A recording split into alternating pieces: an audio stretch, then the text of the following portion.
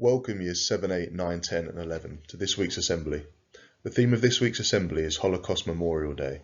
The event is particularly significant this year as it marks the 75th anniversary since the liberation of Auschwitz, the most infamous of all the concentration and extermination camps set up by Nazi Germany. If you have any questions after the assembly, please use Teams or your form tutor to send any questions my way, and I will get back to you as quickly as possible to answer anything you may want to know. The 27th of January is Holocaust Memorial Day. Holocaust Memorial Day is the day each year when we remember the 6 million Jewish people and all other victims who were systematically persecuted and murdered by the Nazis and their collaborators during the Holocaust. January 27th is a significant date because it's the date that Auschwitz-Birkenau, the largest and most infamous of all the Nazi extermination and concentration camps, was liberated by the Russian army. Susan Pollack. Susan grew up in Hungary and experienced anti-Semitism from a young age. In 1944, Susan was sent to Auschwitz-Birkenau, where she was separated from her family. After the war, she found out that more than 50 of her relatives had been killed and that only she and her brother had survived. Erich Hirsch was born in a tight-knit family, one of 5 siblings. The family followed the Jewish faith and Erich attended a Jewish school. Erich had had a happy childhood, going to the park, ice skating and singing solos in the school choir. Despite his happy childhood, he does remember experiencing anti-Semitism in Poland. On the 1st of September 1939, the German army invaded Poland.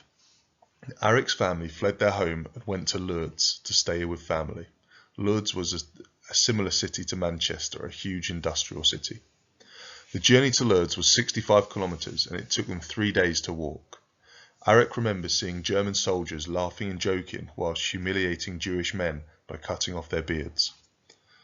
The Jewish population in Lourdes was forced to wear a Star of David on their outer clothing to identify them. Soon after, they were forced into an overcrowded ghetto with poor sanitation and very little food. Towards the end of 1941, the authorities came to take Erich's father to a work camp. His father escaped, so they tried to take Erich's brother as a replacement, but he also escaped. So they took 11-year-old Erich instead. Erich was able to survive the camp at Otoszno in Nazi-occupied Poland because his job was cleaning the commandant's office, so he was indoors and able to steal food. In 1942, Erich was sent back to the ghetto. He and his remaining family members were taken to a church in Sieradz with other people from the ghetto. As they were being sorted into groups, Erich managed to escape to a line of people who were being taken back to the ghetto. His family, with the majority of others at the church, were taken to the death camp at Chełmno, where they were murdered. Erich went to live in the ghetto orphanage and worked in a textile mill for the next 2 years. Erich says he didn't know what to do. He was on his own. The older people didn't have time for him. So he went out on the street, sat on the corner and started crying because he didn't know what to do. In 1944, the Germans decided to close the ghetto as the Russian army was approaching. Those in the ghetto were taken on a 2-day journey to Auschwitz-Birkenau, including 15-year-old Erich, who was among the 185 children from the orphanage. Upon arrival at Auschwitz, the prisoners were divided into 2 lines in a process called selection. Healthy, working-age people went on in one line, while older people who were ill or disabled, children and nursing mothers went to another. Erich could tell that the healthier-looking people were being sent to one side, so he quickly went with them when a disturbance distracted the guards. If Erich could not swap lines, he would have been sent straight to the gas chambers with the others. Erich was then shaved all over and made to shower before being given a striped uniform and tattooed with the number B7608. After this, Erich lost his name and identity. From that moment on, he was only referred to by his number. In Auschwitz, Erich had to work as an agricultural labourer for the SS. He had to plough fields and fertilise them using the ashes from the crematorium where they would burn the victims of the extermination camp. He remembers feeling pieces of bones in the ashes as he spread it. Erich was later transferred to the fishing commando to catch fish to be sent back to Germany. By January 1945, it was clear that Germany was losing the war. As the Russian army advanced, the Germans decided to clear Auschwitz to try and hide the evidence of their crimes. The remaining prisoners were taken on a forced march which lasted 3 days with no food and only their striped uniforms as protection against the deep, snowy and icy temperatures. Those that survived the march arrived at a train station from where they were taken to Buchenwald near the town of Weimar in Germany. Arik was placed in a children's barrack. After a few months in Buchenwald, Arik and 3,000 others were loaded into open wagons before being set off on a month-long journey to Theresienstadt in Czechoslovakia. Of the 3,000 who had set off, only 6,000 arrived alive. Of the 3,000 who set off, only 600 arrived alive. Arik was liberated from Theresienstadt on the 9th of May 1945 by the Russian army.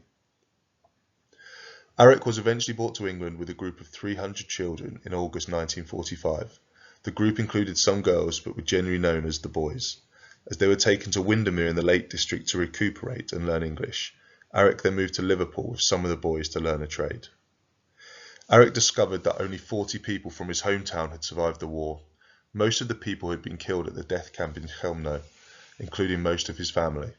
Arik was reunited with his elder sister Mania 2 years after the war ended. Arik now lives in Leeds and has a family of his own. His story has been retold in the critically acclaimed film The Windermere Children and in an animated series for BBC Teach. On Holocaust Memorial Day, we also remember other groups of people who were persecuted and murdered by the Nazis. These include Roma and Sinti people, sometimes referred to as gypsies, disabled people, gay people, Jehovah's Witnesses, political opponents, and many other smaller groups.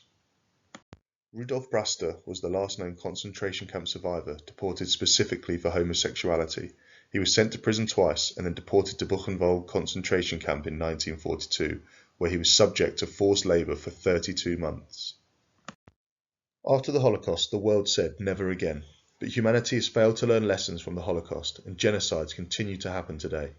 On Holocaust Memorial Day, we remember the millions of men, women and children who have been murdered in genocides such as those that have happened in Cambodia, Rwanda, Bosnia, Darfur, and those that are still happening to this very day in China, Sudan, South Sudan, Iraq, Syria, Myanmar, and the Central African Republic.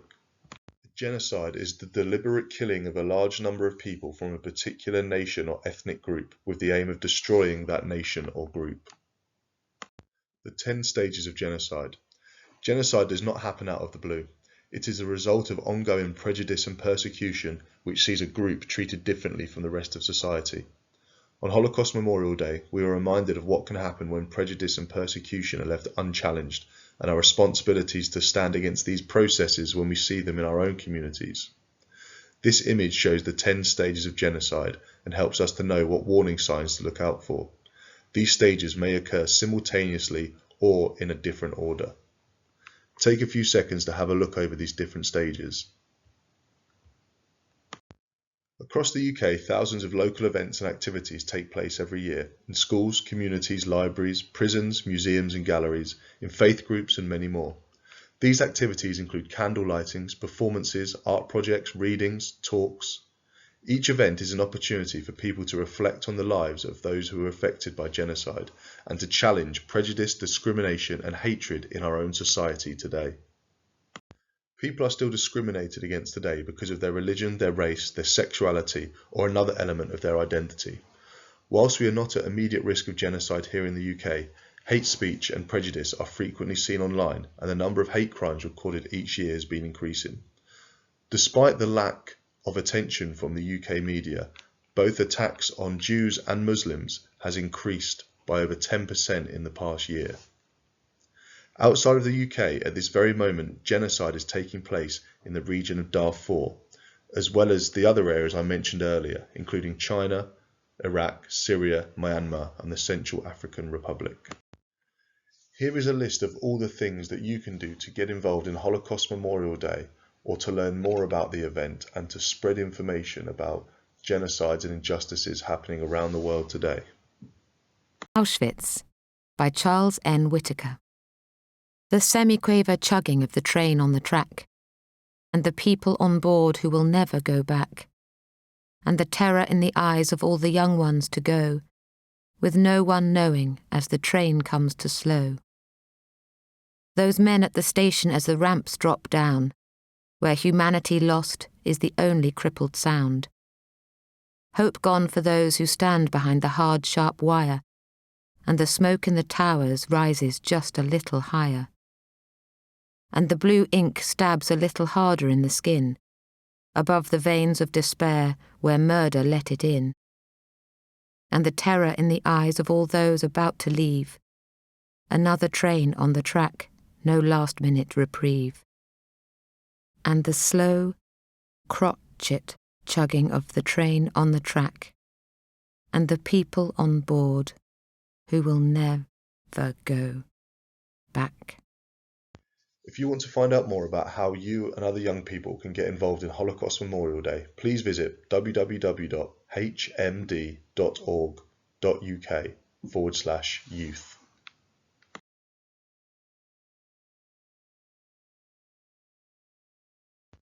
Thank you for listening and taking part in this assembly and remembering all those who have died or been victims of genocide, oppression and persecution throughout the years, and for those who are still suffering today.